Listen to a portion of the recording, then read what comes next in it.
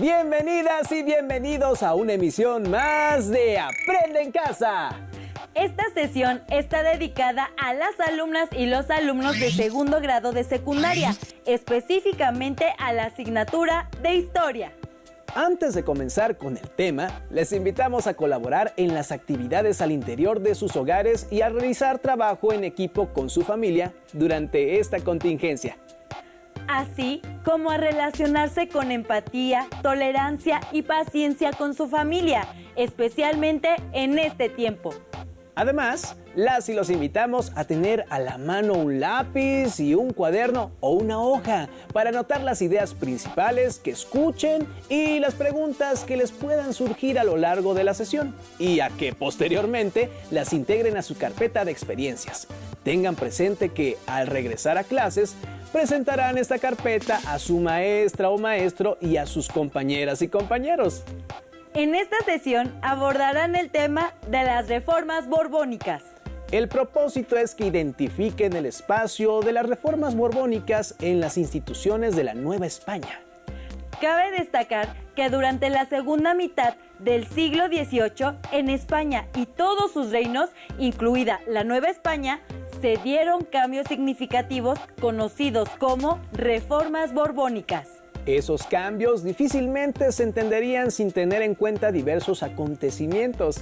Así es, el primer acontecimiento fue el cambio de dinastía en España, cuando los Habsburgo concluyeron su gobierno y lo tomaron los Borbones.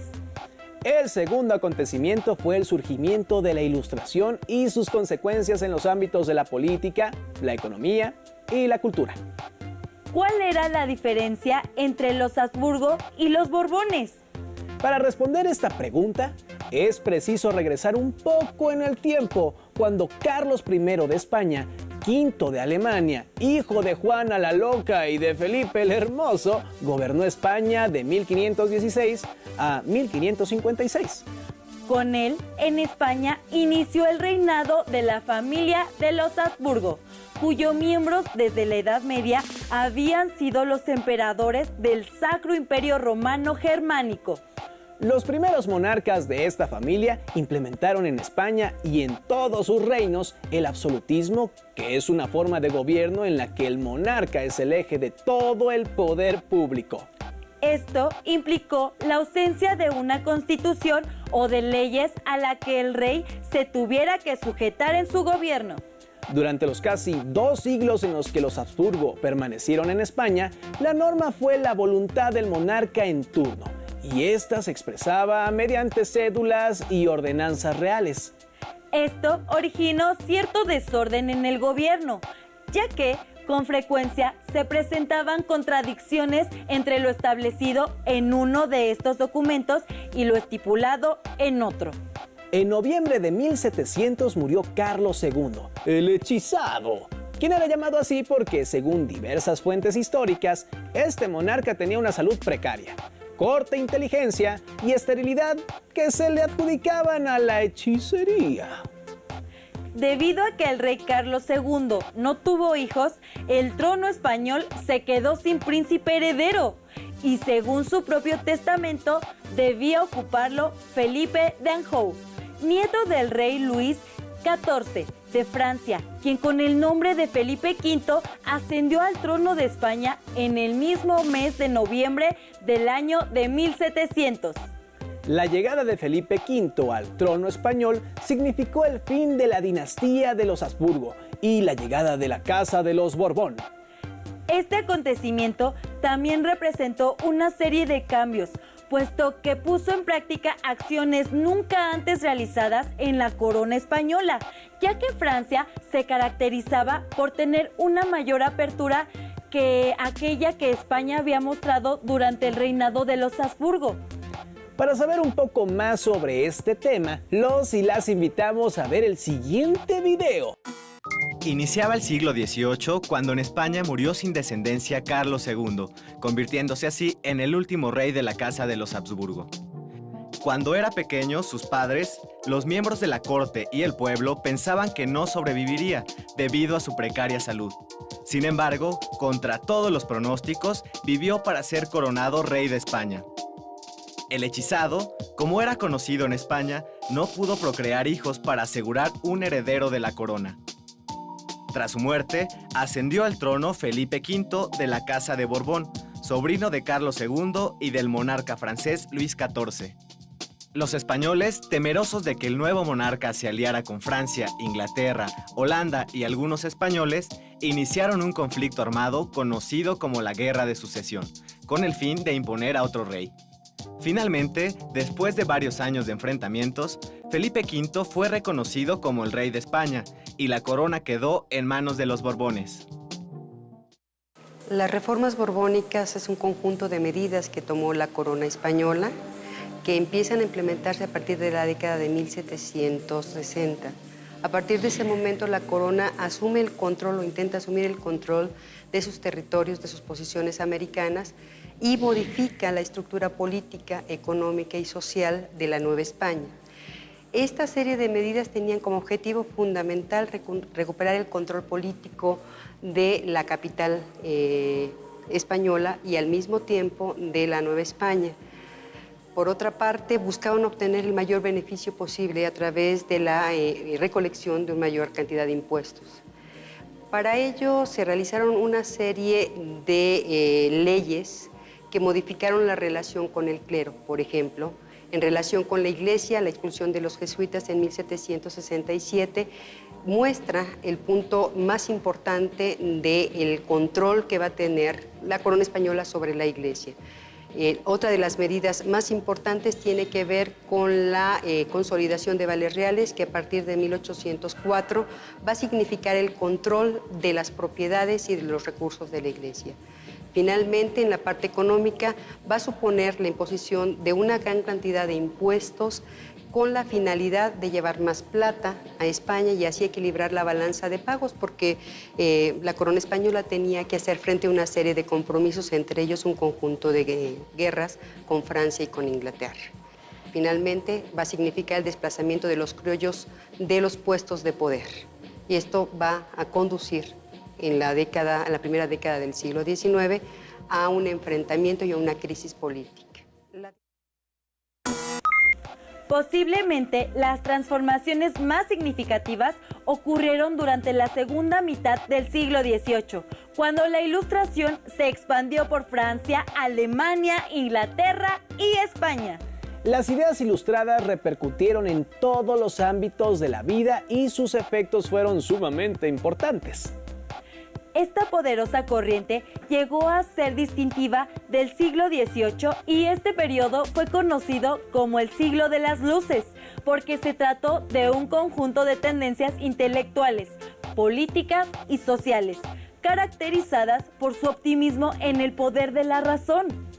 Nada debía escapar a esa conciencia crítica fundada en la razón y por ello la Ilustración no se quedó en el ámbito de la reflexión filosófica, sino que se incluyó en la política, la sociedad e incluso con la religión.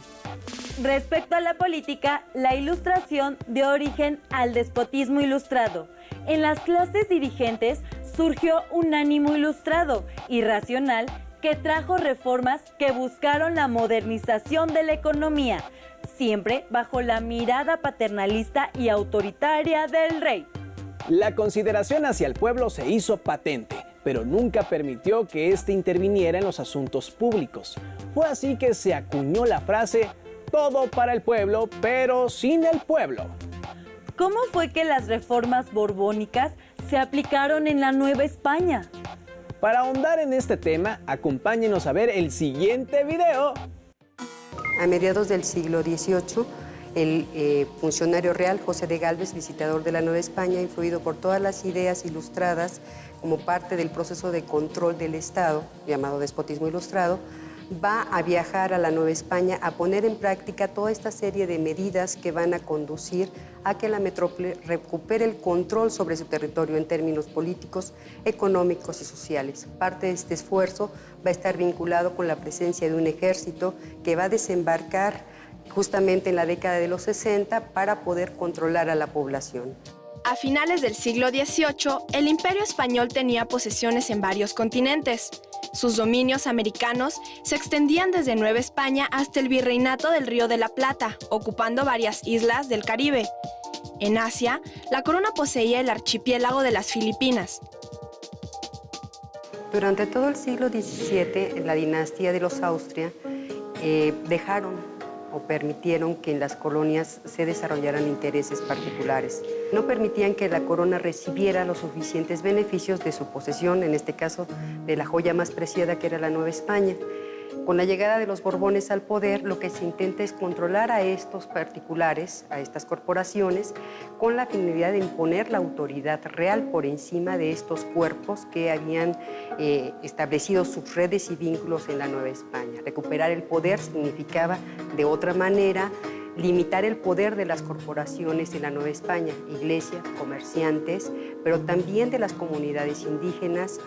Y esta búsqueda de control significó llevar nuevos funcionarios, hombres nuevos que condujeron a la metrópoli a la era del poder real y efectivo, y a que la Nueva España, que era un reino más de la corona española, alcanzara el estatus colonial prácticamente al ser sometida a funcionarios españoles. En ese sentido, las reformas borbónicas en términos políticos significaron la sujeción real de los territorios americanos de la Nueva España mediante el establecimiento de un control territorial con autoridades locales, que fueron los intendentes o gobernadores, que limitaron el poder del virrey. En la parte económica significó establecer funcionarios que iban a ser los encargados de la recolección de los tributos, y esto permitía a su vez el establecimiento de un sistema moderno de recaudación de impuestos, a la vez que se crearon nuevos impuestos. Por ejemplo, el del naipe, la sal, que eran insumos, por ejemplo, la sal y la pólvora fundamentales para la explotación de la plata. La recaudación por vía concepto de alcabalas, que es un impuesto a la circulación de mercancías, permitió que la corona, a finales del siglo XVIII, obtuviera una cantidad impresionante de recursos que se extrajeron de la Nueva España gracias a un sistema eficiente en términos de la política tributaria y también de la política de gobierno. La implementación de las reformas borbónicas provocó el descontento de varios sectores de la sociedad novohispana, entre ellos el de los comerciantes. Las leyes sobre libertad de comercio terminaron con el monopolio de 200 años del Consulado de Comerciantes de la Ciudad de México y sus socios de Sevilla y Cádiz. Otro golpe a este organismo fue la supresión del sistema de flotas, barcos que viajaban en grupo hacia la metrópoli. Con las reformas borbónicas, embarcaciones en solitario podían realizar el trayecto desde cualquier puerto. Como consecuencia, surgieron consulados regionales como el de Veracruz, que comenzaron a rivalizar con el consulado de la Ciudad de México. Aunque el conjunto de reformas impactaron a la sociedad novohispana a lo largo de 3 décadas, hubo entre ellas algunas que fueron más importantes. Una de ellas fue en 1767, cuando la corona decide sacar a la orden jesuita, que es la más importante de los territorios del Imperio Español. En un mismo día, en todas partes, con mucho sigilo, se ordena la salida y el embarco de los jesuitas hacia Veracruz. El impacto que va a tener esta salida va a ser muy grande, porque va a ocasionar revueltas que van a ser sofocadas gracias a la presencia del ejército español, que ha desembarcado apenas unos años antes.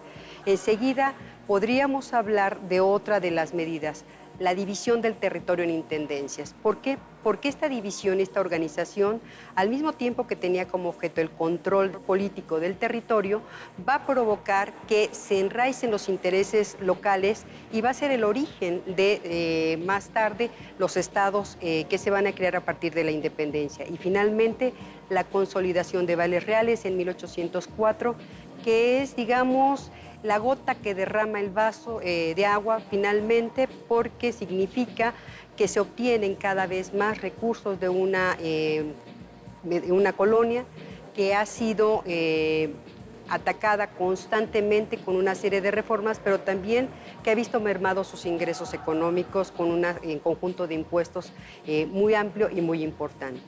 A la vez que hubo reformas de carácter político y económico, hubo una serie de reformas de tipo social. Por ejemplo, las leyes de vagos de 1745 van a tener más fuerza con la intención de que la gente se dedique a trabajar. Entonces, la persecución hacia actividades que se consideran poco deseables son consideradas actitudes y condiciones de vagancia que por supuesto van a tener un castigo y la pena va a ser la cárcel, la obra pública.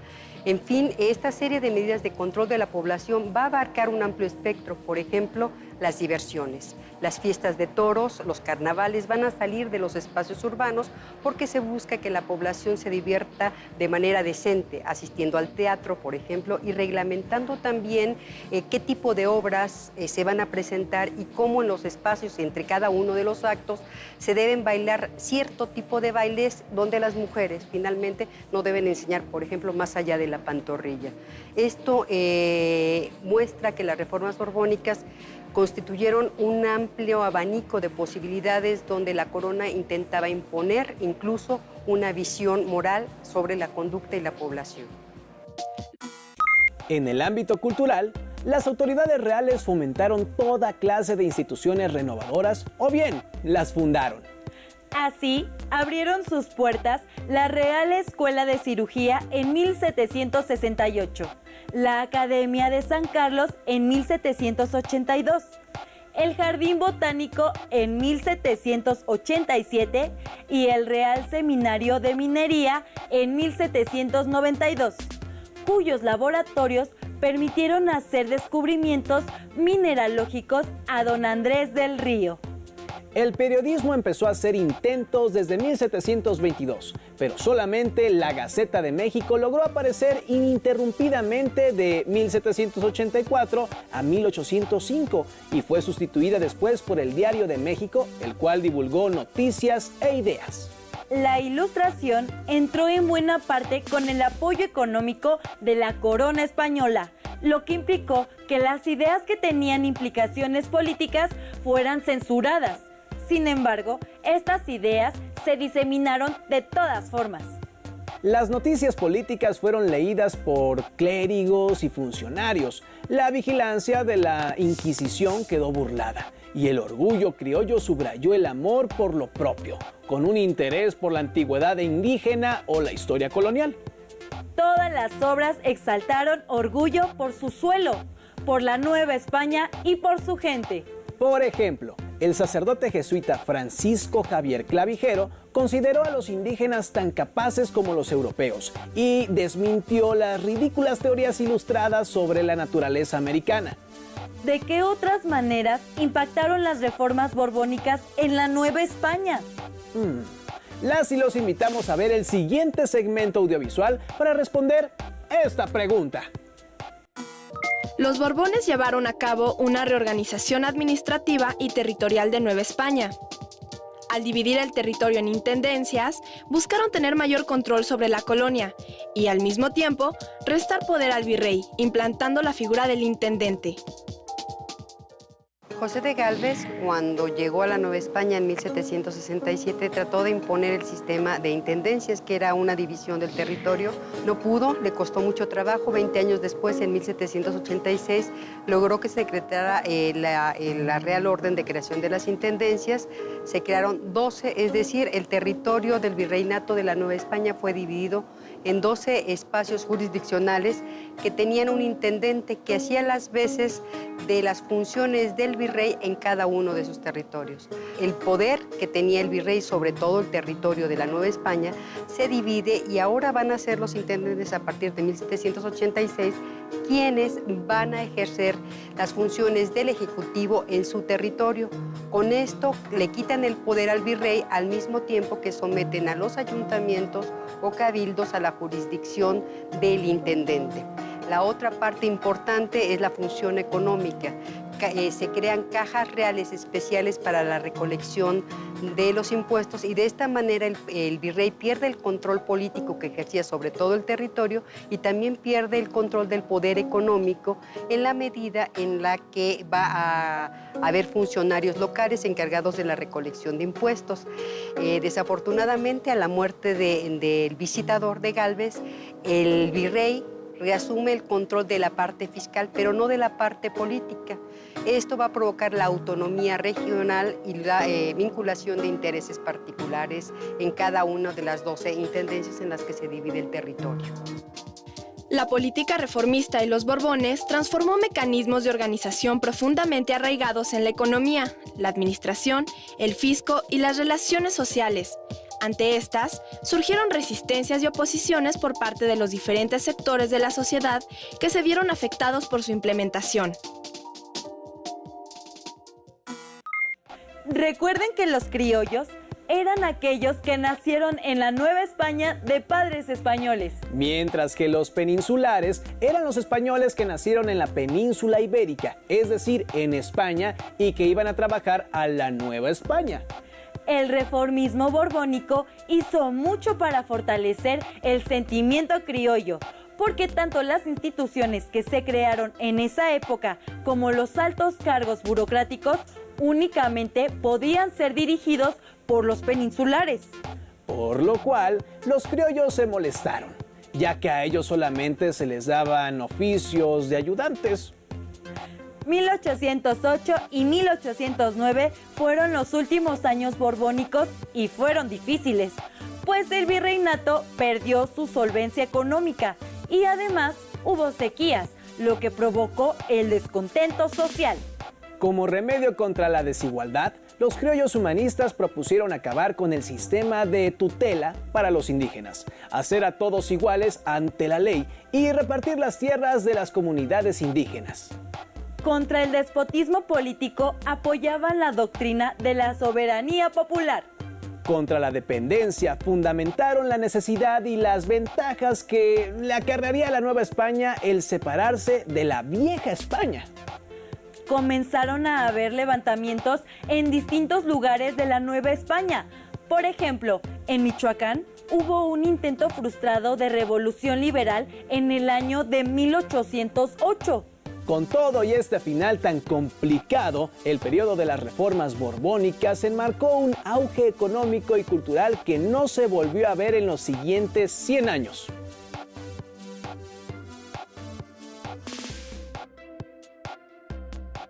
Ahora realicen la siguiente actividad. Copien los cuadros que aparecen en pantalla.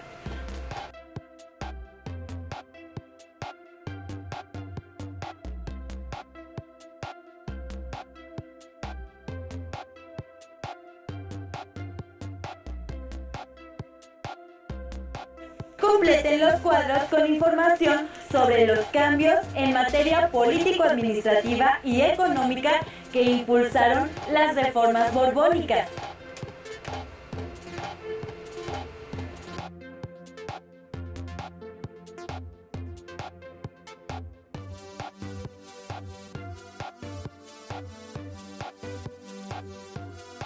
Y finalmente, integren su documento y sus notas a su carpeta de experiencias.